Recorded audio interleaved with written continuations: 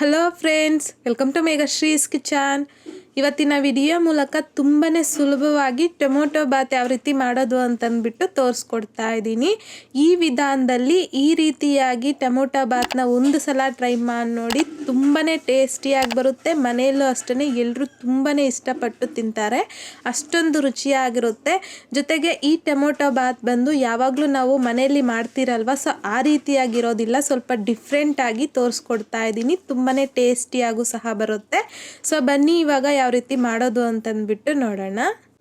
ನಾನಿಲ್ಲಿ ಕಡಾಯಿಗೆ 1 table spoon ಆಗುವಷ್ಟು ಎಣ್ಣೆ ಹಾಕ್ಕೊತಾ ಇದ್ದೀನಿ. ಎಣ್ಣೆ ಸ್ವಲ್ಪ ಲೈಟಾಗಿ ಬಿಸಿಯಾಗಿದ್ದಾದಮೇಲೆ ಒಂದು 5 ರಿಂದ 6 ಬ್ಯಾಡ್ಗೆ ಒಣಮೆಣಸಿನ್ಕಾಯಿ ಹಾಕ್ಕೊತಾ ಇದ್ದೀನಿ. ಈ ರೀತಿ ಬ್ಯಾಡ್ಗೆ ಒಣಮೆಣಸಿನ್ಕಾಯಿ ಹಾಕೋದ್ರಿಂದ ಟೊಮೊಟೊ ಬಾತ್ ಕಲರ್ ಅನ್ನೋದು ತುಂಬ ಚೆನ್ನಾಗಿ ಬರುತ್ತೆ. ಈಗ ಇದರಲ್ಲಿಗೆ 1 ಟೇಬಲ್ ಸ್ಪೂನ್ ಆಗುವಷ್ಟು ಧನಿಯಾ ಕಾಳು, ಹಾಗೆಯೇ ಒಂದು ಅರ್ಧ ಇಂಚ್ ಆಗುವಷ್ಟು ಶುಂಠಿನ ಸಣ್ಣದಾಗಿ ಕಟ್ ಮಾಡಿಬಿಟ್ಟು ಹಾಕ್ಕೊತಾ ಇದ್ದೀನಿ. ಒಂದು 10 ರಿಂದ 15 ಬೆಳ್ಳುಳ್ಳಿನ ಮೇಲ್ಗಡೆ ಸಿಪ್ಪೆ ತೆಗೆದ್ಬಿಟ್ಟು ಹಾಕ್ಕೊತಾ ಇದ್ದೀನಿ. 3 ಟೊಮೊಟೊನ ಸಹ ಸಣ್ಣದಾಗಿ ಕಟ್ ಮಾಡಿಬಿಟ್ಟು ಹಾಕ್ಕೊತಾ ಇದ್ದೀನಿ. ಹಾಕ್ಕೊಂಡಿದ್ದಾದಮೇಲೆ ಈ ರೀತಿಯಾಗಿ ಮಿಕ್ಸ್ ಮಾಡ್ಕೊತ ಲೋ ಟು ಮೀಡಿಯಂ ಫ್ಲೇಮ್ನಲ್ಲಿ ಟೊಮೆಟೊ ಸಾಫ್ಟ್ ಆಗೋವರೆಗೂ ಚೆನ್ನಾಗಿ ಫ್ರೈ ಮಾಡ್ಕೋಬೇಕು.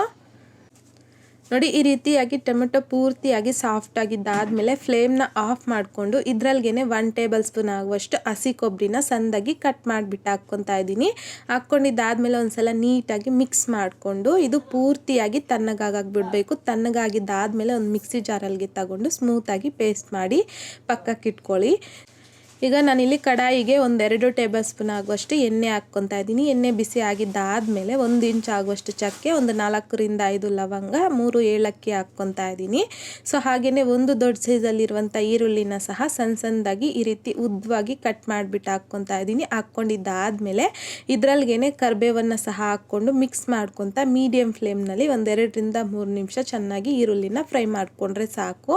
ನೋಡಿ, ಈ ರೀತಿಯಾಗಿ ಸ್ವಲ್ಪ ಲೈಟಾಗಿ ಪಿಂಕ್ ಕಲರ್ಗೆ ಚೇಂಜ್ ಆಗುತ್ತೆ. ಸೊ ಆ ರೀತಿಯಾಗಿ ಈರುಳ್ಳಿನ ಫ್ರೈ ಮಾಡ್ಕೊಂಡಿದ್ದಾದಮೇಲೆ 1 ಟೇಬಲ್ ಸ್ಪೂನ್ ಆಗುವಷ್ಟು ಪುದೀನ, 2 ಟೇಬಲ್ ಸ್ಪೂನ್ ಆಗುವಷ್ಟು ಸಣ್ಣದಾಗಿ ಕಟ್ ಮಾಡ್ಕೊಂಡಿರುವಂಥ ಕೊತ್ತಂಬರಿನ ಸಹ ಹಾಕ್ಕೊಂಡು ಮಿಕ್ಸ್ ಮಾಡ್ಕೊತ ಲೋ ಫ್ಲೇಮ್ನಲ್ಲಿ ಜಸ್ಟ್ 1 ಮಿನಿಟ್ ಫ್ರೈ ಮಾಡಿಕೊಂಡ್ರೆ ಸಾಕು. ಫ್ರೈ ಮಾಡ್ಕೊಂಡಿದ್ದಾದಮೇಲೆ ಇದರಲ್ಲಿಗೆ ಟೊಮೆಟೊ, ಶುಂಠಿ, ಬೆಳ್ಳುಳ್ಳಿ ಎಲ್ಲ ಫ್ರೈ ಮಾಡ್ಕೊಂಡಿದ್ರಲ್ವ, ಸೊ ಅದನ್ನು ಪೇಸ್ಟ್ ಮಾಡಿಬಿಟ್ಟು ಹಾಕ್ಕೊತಾ ಇದ್ದೀನಿ. ಹಾಕ್ಕೊಂಡಿದ್ದಾದಮೇಲೆ ಲೋ ಫ್ಲೇಮ್ನಲ್ಲಿ ಒಂದು 3 ರಿಂದ 4 ನಿಮಿಷ ಇದನ್ನು ಚೆನ್ನಾಗಿ ಫ್ರೈ ಮಾಡ್ಕೋಬೇಕು. ಆಲ್ರೆಡಿ ನಾವು ಟೊಮೊಟೊ ಎಲ್ಲನೂ ಚೆನ್ನಾಗಿ ಫ್ರೈ ಮಾಡಿ ಗ್ರೈಂಡ್ ಮಾಡಿರ್ತೀರಲ್ವ, ಸೊ ತುಂಬ ಹೊತ್ತು ಫ್ರೈ ಮಾಡೋ ಅವಶ್ಯಕತೆ ಇಲ್ಲ. ಜಸ್ಟ್ ಈ ರೀತಿ ಒಂದು 3 ರಿಂದ 4 ನಿಮಿಷ ಚೆನ್ನಾಗಿ ಈ ರೀತಿ ಫ್ರೈ ಮಾಡ್ಕೊಂಡಿದ್ದಾದಮೇಲೆ ರುಚಿಗೆ ತಕ್ಕಷ್ಟು ಸಾಲ್ಟನ್ನು ಹಾಕಿ ಚೆನ್ನಾಗಿ ಮಿಕ್ಸ್ ಮಾಡ್ಕೊತ ಫ್ರೈ ಮಾಡ್ಕೋಬೇಕು. ಈ ರೀತಿ ಎಲ್ಲ ನೀಟಾಗಿ ಮಿಕ್ಸ್ ಮಾಡ್ಕೊಂಡಿದ್ದಾದಮೇಲೆ ಇದರಲ್ಲಿಗೆ 1 ಗ್ಲಾಸ್ ಅಂದರೆ 250 ಗ್ರಾಮ್ ಆಗುವಷ್ಟು ಅಕ್ಕಿನ ಈ ರೀತಿ ಉದ್ರಾಗಿ ಬೇಯಿಸ್ಬಿಟ್ಟು ಹಾಕ್ಕೊತಾ ಇದ್ದೀನಿ. ಹಾಕ್ಕೊಂಡಿದ್ದಾದಮೇಲೆ ಲೋ ಫ್ಲೇಮ್ನಲ್ಲಿ ಇದನ್ನೆಲ್ಲ ನೀಟಾಗಿ ಮಸಾಲೆ ಜೊತೆಯಲ್ಲಿ ಮಿಕ್ಸ್ ಮಾಡಿಕೊಂಡ್ರೆ ಸಾಕು.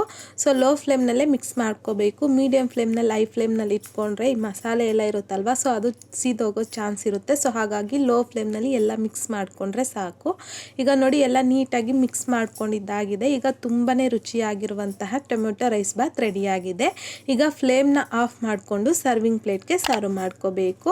ಸೊ ನೋಡಿದ್ರಲ್ಲ ಫ್ರೆಂಡ್ಸ್, ತುಂಬಾ ಸಿಂಪಲ್ ಆ್ಯಂಡ್ ಟೇಸ್ಟಿಯಾಗಿ ಟೊಮೊಟೊ ರೈಸ್ ಬಾತ್ ಯಾವ ರೀತಿ ಮಾಡೋದು ಅಂತಂದ್ಬಿಟ್ಟು ಈ ವಿಧಾನದಲ್ಲಿ ನೀವು ಸಹ ಮನೇಲಿ ಟೊಮೊಟೊ ಬಾತ್ನ ಒಂದು ಸಲ ಟ್ರೈ ಮಾಡಿ ನೋಡಿ. ಟ್ರೈ ಮಾಡಿದ್ದಾದಮೇಲೆ ನಿಮಗೂ ಸಹ ಟೇಸ್ಟ್ ಹೇಗೆ ಬಂತಂದ್ಬಿಟ್ಟು ಮರೀದೆ ಕಮೆಂಟ್ ಬಾಕ್ಸಲ್ಲಿ ಕಮೆಂಟ್ ಮಾಡಿ, ಲೈಕ್ ಮಾಡಿ, ಹಾಗೆಯೇ ನಿಮ್ಮ ಫ್ರೆಂಡ್ಸ್ ಆ್ಯಂಡ್ ಫ್ಯಾಮಿಲಿ ಜೊತೆಗೆ ಶೇರ್ ಮಾಡಿ.